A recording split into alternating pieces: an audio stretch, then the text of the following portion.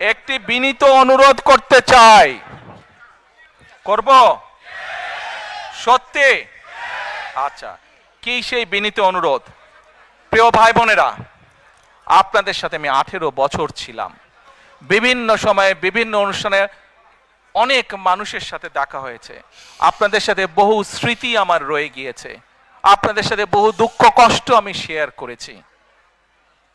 আপনারা বিভিন্ন সময় আমার বক্তব্যের শুরুতেই বলেছি, যুক্তরাজ্য সহ বিভিন্ন দেশের প্রবাসী, বিশেষ করে যারা জাতীয়তাবাদী বাংলাদেশি জাতীয়তাবাদের রাজনীতিতে বিশ্বাস করেন, আপনারা বহু মানুষ বিভিন্ন সময় আমার পরিবারের দলের বিপদের সময় আমাকে মানসিকভাবে সাহস দিয়েছেন, সহযোগিতা করেছেন, সমর্থন জুগিয়েছেন।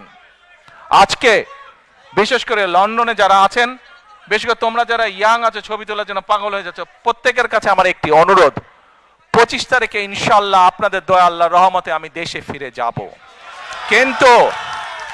কিন্তু এখানে উপস্থিত, এই ঘরে উপস্থিত প্রত্যেকটি মানুষের কাছে আমার অনুরোধ, দয়া করে কেউ আপনারা এয়ারপোর্টে সেদিন যাবেন না।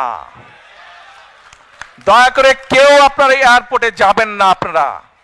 কারণ এয়ারপোর্টে গেলে একটি হট্টগোল তৈরি হবে এবং মানুষ জানবে যে এরা সব বাংলাদেশি, এবং দেশের সুনাম নষ্ট হবে, দলের সুনাম নষ্ট হবে। যারা এয়ারপোর্টে যাবেন না, যারা সেদিন এয়ারপোর্টে যাবেন না, আমার আজকের এই অনুরোধ যারা রাখবেন, আমি ধরে নিব তারা দল এবং সর্বোপরি দেশের সম্মানের প্রতি মর্যাদা রাখবেন।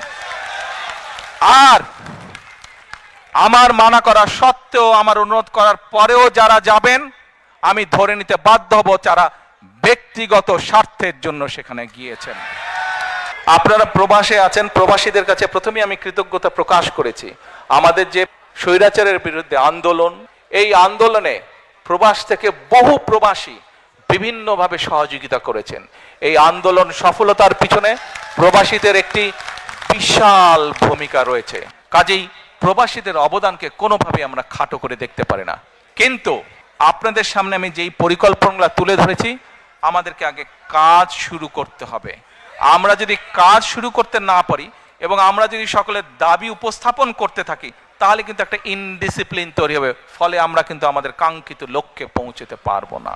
এই আগামী নির্বাচন কিন্তু কোনো এক্সপেরিয়েন্সের বিষয় না, এক্সপেরিমেন্টের বিষয় না। এই সুযোগটা আমাদের কাজে লাগাতে হবে, এইটিকে সদ্ব্যবহার করতে হবে। আপনাদের সকলকে, প্রবাসীরা যেরকম আন্দোলনকে গড়ে তুলেছেন বিভিন্ন সাহায্য সহযোগিতার মাধ্যমে, একইভাবে প্রবাসীদের সামনে এখন বিশাল দায়িত্ব হচ্ছে যে সঠিক দলকে নির্বাচিত করতে সহযোগিতা করা। যেই দল সঠিক পরিকল্পনা নিয়ে আগামী দিনে দেশকে গড়ে তুলতে সক্ষম হবে, যেই দল আগামী দিনে সঠিকভাবে বাংলাদেশকে সামনে নিয়ে যেতে হবে। আমরা যদি একসাথে থাকি, ঐক্যবদ্ধভাবে থাকি, তাহলে আমাদের এই প্রিয় মাতৃভূমিকে কিন্তু আমরা সঠিক ডাইরেকশনে নিতে পারবো।